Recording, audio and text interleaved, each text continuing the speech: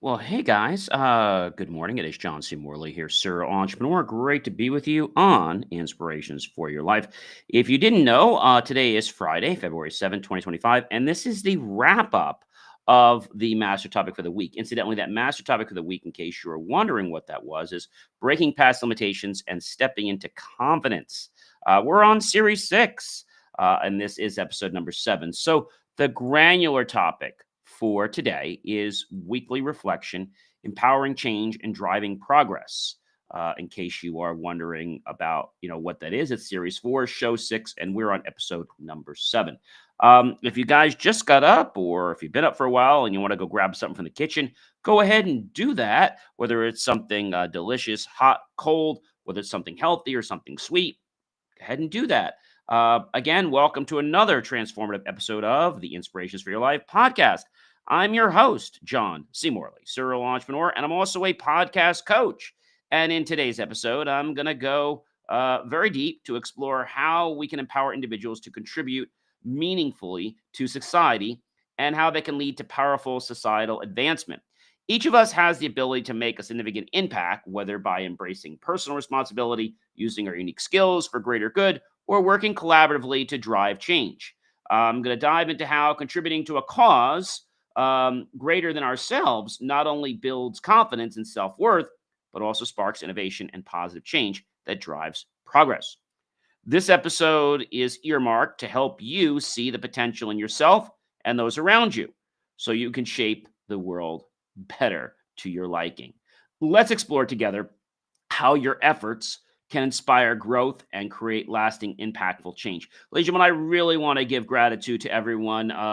The channel has been growing so much. That is the podcast channel. I mean, we had several thousand downloads the other day, just in one day. So it's amazing that we have some great people that come. I never know when people are going to download, but it looks like Tuesday's a very hopping day for our show. I don't know why. But it just seems like that's a day that a lot of people, for some reason, just love to explore. So I just want to thank everyone for continuing to watch the show and visiting BelieveMeAchieve.com for more of my amazing, inspiring creations. By the way, we are on BronxNet now every single Sunday night at 5 p.m. That is on the Inform channel.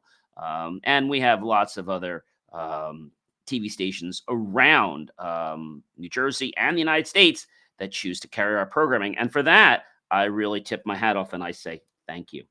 All right. So, the first point, ladies and gentlemen, hopefully you got that refreshing snack or beverage. Empowering individuals to contribute meaningfully to society. That's not an easy thing. So, encouraging personal responsibility and active participation, empowering individuals starts with fostering a sense of personal responsibility. When people take ownership of their actions and realize they can make a difference, they are more likely to actively engage in societal change. By becoming an active participant, we move beyond just observing the world around us and stepping into a role that influences how society functions. Now, this shift in mindset creates a ripple effect that inspires others to join in, creating a cycle of active participation and empowerment. Number two, inspiring individuals to use their skills and talents for greater goods. Each person has a unique set of skills, talents, and experiences that can be harnessed for the better of society. Encouraging individuals to use their abilities for the greater good not only benefits the community, but also boosts one's own personal fulfillment. By contributing to causes, whether in their professional or personal lives, individuals can find deeper purpose and meaning while also making tangible progress toward positive changes. All right. Number three, fostering a sense of belonging and purpose within the community. When individuals contribute basically to society, they often experience a deeper connection to their community. This sense of belongingness and purpose is essential for personal well being and fulfillment. When people feel that their efforts matter, they become more invested in their communities, leading to stronger social bonds and a collective spirit of progress. This connection helps foster collaboration, innovation, and the collective will to create a better world for everyone. Number four, Promoting social awareness and the desire to create positive change. Empowerment is not just about individual action, but also about raising awareness of the broader social issues that need attention. When people become more aware of the challenges others face, they are more likely to take steps toward addressing those issues. This awareness drives the desire to make a positive impact, and it fuels movements that advocate for change in areas such as equality, justice, and sustainability. Through education and involvement, individuals can contribute to a more inclusive and empathetic society. All right. So, these are very, very important things. Number five, building confidence and self worth through impactful contributions.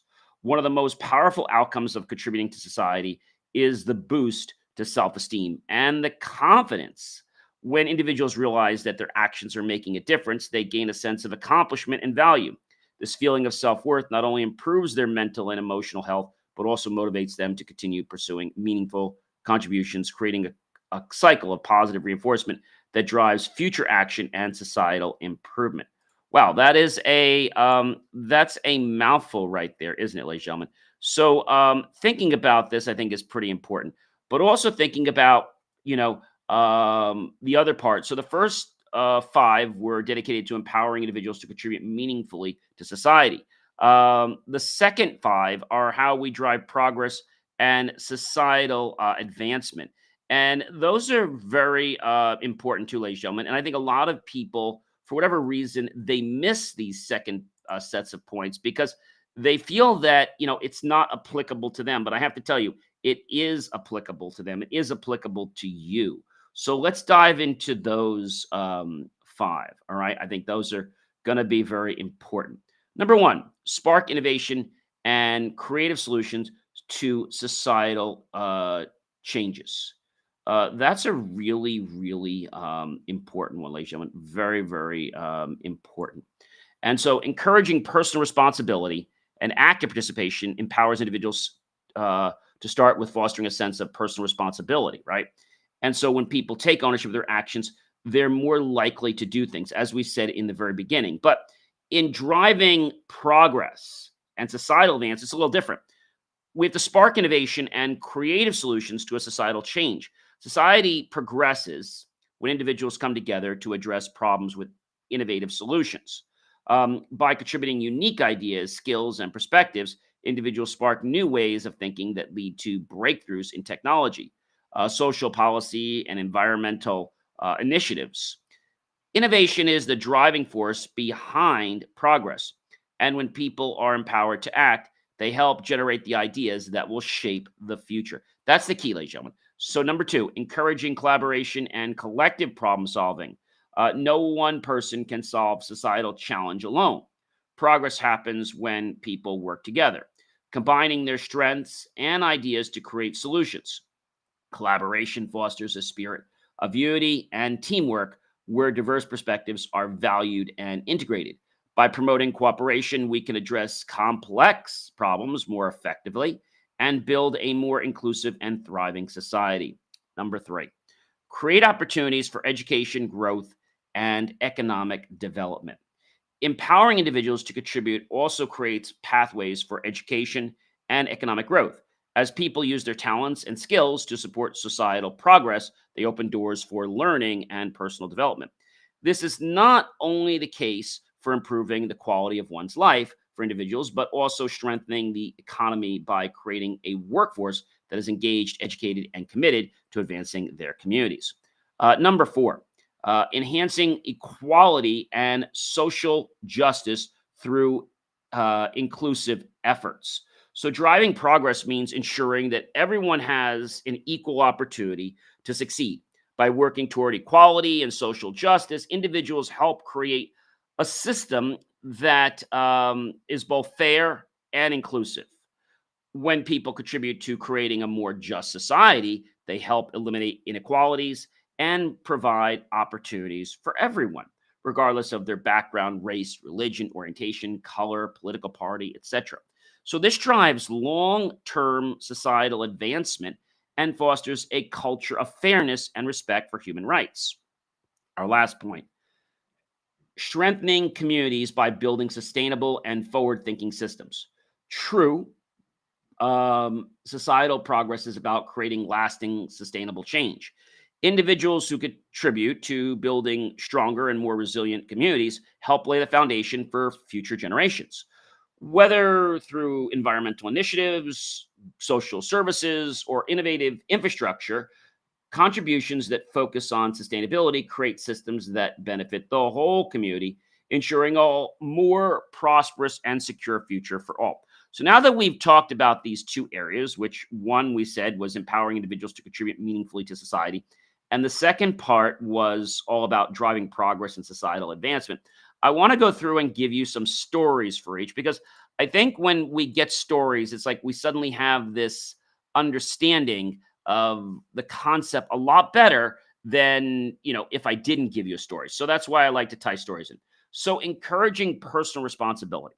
How can we do this? Um, well, inviting people to take ownership of the problem. It could be something as simple as customer service and making sure that even if they can't help you, they're going to own the problem until it's resolved. Even if it has to be forwarded to multiple people, they're going to make sure that it gets resolved. That's their job. Even if they can't solve it, they're going to make sure the right people get on the case and that they do what they need to do. So ultimately, that person can follow up with the customer and say, hey, yes, the issue's resolved. I spoke with such and such. I spoke with this person. Even if they didn't solve it, they're the person that's taking the responsibility that it will be solved. Inspiring individuals to use their skills and talents for the greater good. When we think about bad actors a lot in society, bad actors happen because they have not learned how to use their gifts in a great manner. Now, that might sound crazy, but the truth of the matter is it's true. And so, if we understand that we want to use our gifts for the greater good of all concerned, then our world will truly be a better place. That's with our skills, our talents, and our experiences, and able to not only share them so that we make a difference, but teach them to others so that they can then share them with others and have a greater impact as well. So when we contribute to a cause, whether in professional or personal lives, we get that deep sense, we get that deep connection into who we are, what we're doing, why we're doing it. And for many of us, it lights us up. That's why a lot of people love to volunteer. They love that national feeling, that national drive they get. I think that's a very, very cool thing, is to understand that whole moment and how that works. So, getting to number three, fostering a sense of belonging. How do you foster belongingness when people are, let's say, so spread apart, or when people believe that there's no way? And I think the best way to explain that is that it's about how you feel in society. Have you ever gone to maybe it could be going to a maybe a party, and at the party you don't know anybody. And so because there's no friends that maybe you have challenges making friends. And so maybe that first 30 or 40 minutes is a little bit daunting, is a little bit scary, and then you wait for someone else to kind of include you, or you try to talk to people, and that when they smile or when they invite you to something, that you're included, and then you get that sense of confidence that you can move forward. But when you go to a lot of things, I mean, it could be anything. I know a lot of times in grammar school, people were not included, and the reason they weren't included is because of the reason that I'm better than you. And that's a fallacy, but it was this like club, if you will. And so what this club was about is that we want to limit the people that we have in it. Now, it was stupid, but people did this and it really alienated others. People do this today for lots of reasons, based on their skin color, based on their sexual orientation, based on their religion, based on their political party, based on their beliefs. They alienate or isolate people and make them feel as though they do not belong in this world. And I think that is the worst thing that people can do, is making them feel that they don't belong, because everyone here in this world belongs. I've always said this before. You can do whatever you want to do in this world as long as you don't harm, hurt, or basically go against another person. So, what I mean by that is mainly causing them pain, physical, emotional, that kind of pain. Does that mean that you should be able to live a life that never causes any kind of headbutting? Absolutely not. You might have some disagreements. I always say we want to agree to disagree. But so many times, when you're younger, everybody always has to like be the winner. And so I like to say that in an argument or a dispute, there's no winner, but there should be a mutual coming of the minds. But when you talk to some people, it's like, well, I have to be right and you're wrong. Okay. And some people have grown up with this mentality. And because of it, they just live in an alienated place. And that's terrible. Okay. So let's move on to number 4: promoting social awareness and the desire to create positive change. All right. So empowerment is not just about you, the individual, it's about raising awareness on a broader scale, social issues, etc. It could be something as simple as getting people to believe in your political party. It could be something to believe that, we all should be more kind in the world, random acts of kindness. It could be something to get people to understand that, in life we have to, smell the roses. We have to enjoy the coffee. We have to enjoy, I'm a coffee drinker, enjoy the tea, enjoy our beverages, right? Sip life, not gulp it. And so, what do I mean by that? So, a lot of times, we see this stuff and we just want to take it all in, right? Because we're afraid it's going to go away. When we sip and enjoy life a little bit at a time, we'll find that there's so much more of it and it never runs out. When we gulp it, the universe doesn't have time to replenish it and we run out. So there's never lack, but we have to enjoy life in a way that is going to make us feel good and make others feel good. So I like to title this empowerment. It allows us to have a positive impact on ourselves and others. And through education, involvement, and taking active steps to our inspired thoughts, we can help build a more inclusive and empathetic society. I think that's what we all want. Number 5, building confidence and self worth through impactful contributions. Maybe you want to volunteer at a soup kitchen.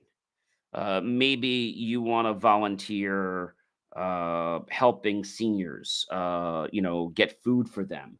Maybe you want to volunteer by shoveling snow, or maybe you want to volunteer by just spending time with someone.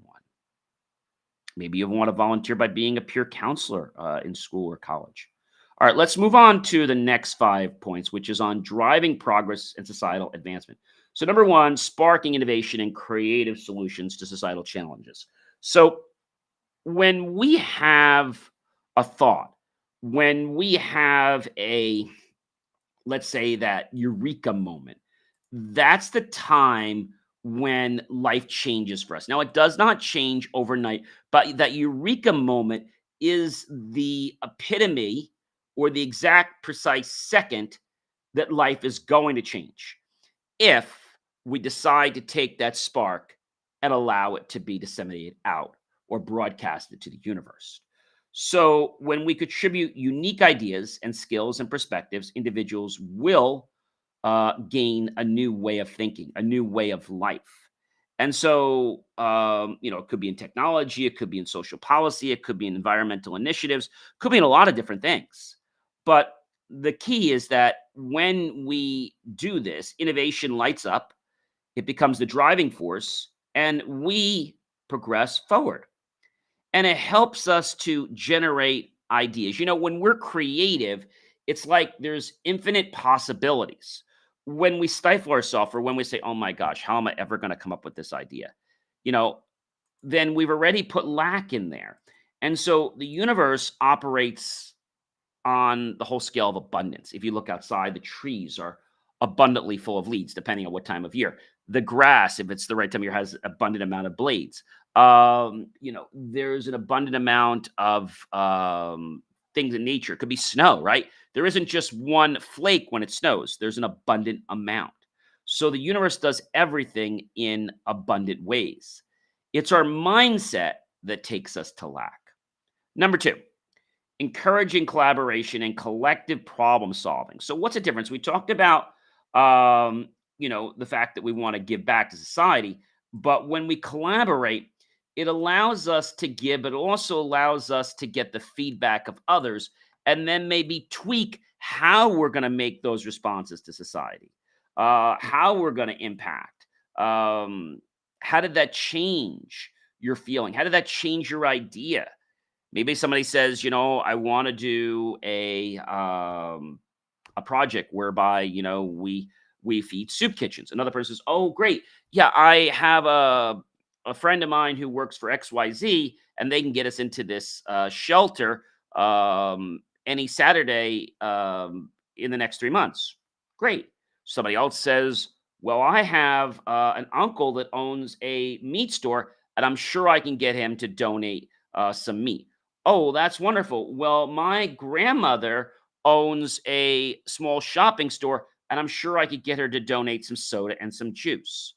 Oh, well, that's amazing. Well, my brother has a good friend who is a pianist and plays piano, and I'm sure if there's a piano there, we can get him to come. And if not, I'm sure he could bring a small little electric keyboard.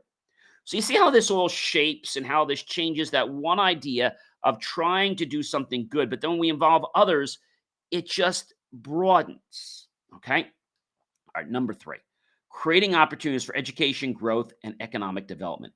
This is a very interesting one because when we do something, why do we do it? Do we do it just for what seems to be the reason? No. Or do we do it for another reason? Do we do it to help the world? Do we do it because we know there is a possibility of something if we learn this? Or we know that this skill is not only going to impact our life, maybe it's financially, maybe it's socially, it's going to affect others, right? When we create those opportunities, right? It's amazing, especially when we can educate others, when we can teach them about the economy, when we can teach them about technology. It opens doors for learning and it actually causes us to get a gift, which is the ability to get that good feeling, but also a reinforcement of the knowledge. Because whenever you teach something, you actually get it back. And I think that's really cool. All right, number four, enhancing equality and social justice. Well, that is a big mouth word. What does that mean? It means we don't discriminate for race, religion, sexual orientation, creed, color, political party, right? Or any other thing in between. And so, enhancing equality and social justice through inclusive efforts means everyone's equal. But a lot of times there are people that, play this rat race of, oh, I can do this, I can do this, and I can do this better than you. Maybe they can, maybe they can't. But that's not about inclusivity. That's not what diversity is all about. We're working toward us all helping each other. Okay. And building systems that are both fair and, as I said, inclusive. This is why a lot of colleges now have a program called their inclusivity program. And it's actually over the student association or student government. So you have student government, but inclusivity is over them. So they want to make sure that student association, student government is doing things that are inclusive, the programs that they're putting on. If we don't welcome people for all different things, then we're hypocrites. And so, people will say they want to help you, but then what I found out is that maybe they do, but then when you come back again and ask for help again, they don't. And it's because their true colors are shining through. And that's a real challenge for a lot of people. Number five, strengthen communities by building sustainable and forward thinking systems. That's another mouthful. So, if we were to ask Merriam Webster, and this is probably the best place to start off with this, what the heck is sustainable? Sustainable and Merriam-Webster. What do you think sustainable means? Well, according to Merriam-Webster, sustainable is a great word. It's an adjective capable of being sustained. Well, that doesn't help us, right? So, what is sustained? Um, so, lasting, prolonged, without interruption or weakening. For example, the bridge that was built last year is extremely sustainable because of the engineering that allows it to flex in the wind. And also, the paint that was used will last over 10 years, thus saving time, saving money. And they also used an energy efficient paint, let's say environmentally friendly paint. So you get the idea, right? So I'm just making this stuff up, but you can see how these little things can empower and strengthen our world. And so sustainability is not just a buzzword, it's something that can make our world a better place, not only for us, but everyone else that lives in it. I was once taught this a long time ago by my parents that, there are resources in the world. And the resources that we have in the world come down to lots of things that we're allowed to borrow. For example, the ocean is a resource we can use, right? The bay is a resource we can use. And I remember my parents always tell me, John, we have to take care of these resources so they will be around for others. We want to keep them in good condition. And so if he said this to me again, he would say, John, we have to take care of the resources so they'll be sustainable. That would be the new buzzword. And I think a lot of people don't take care of things. Maybe you go to your friend's house and they don't pick up the toys or they don't keep things neat. And so the first question I ask is, well, what do you do at home? Oh, well, I pick it up. My mom would kill me. Okay, well, why do you do here? Well, she's not here. Well, that doesn't mean you shouldn't be a certain way, right? I think that's a big concern for everyone. And I think if we understand that it's about keeping the world and making it a better place for ourselves and others, then it just becomes more natural. It becomes more understandable. Do check out believemeachieve.com for more on my amazing inspiring creations. And ladies and gentlemen, I'm going to catch you guys on a brand new show tomorrow, which will be a series 4, show 7. See you then, everyone. Take care.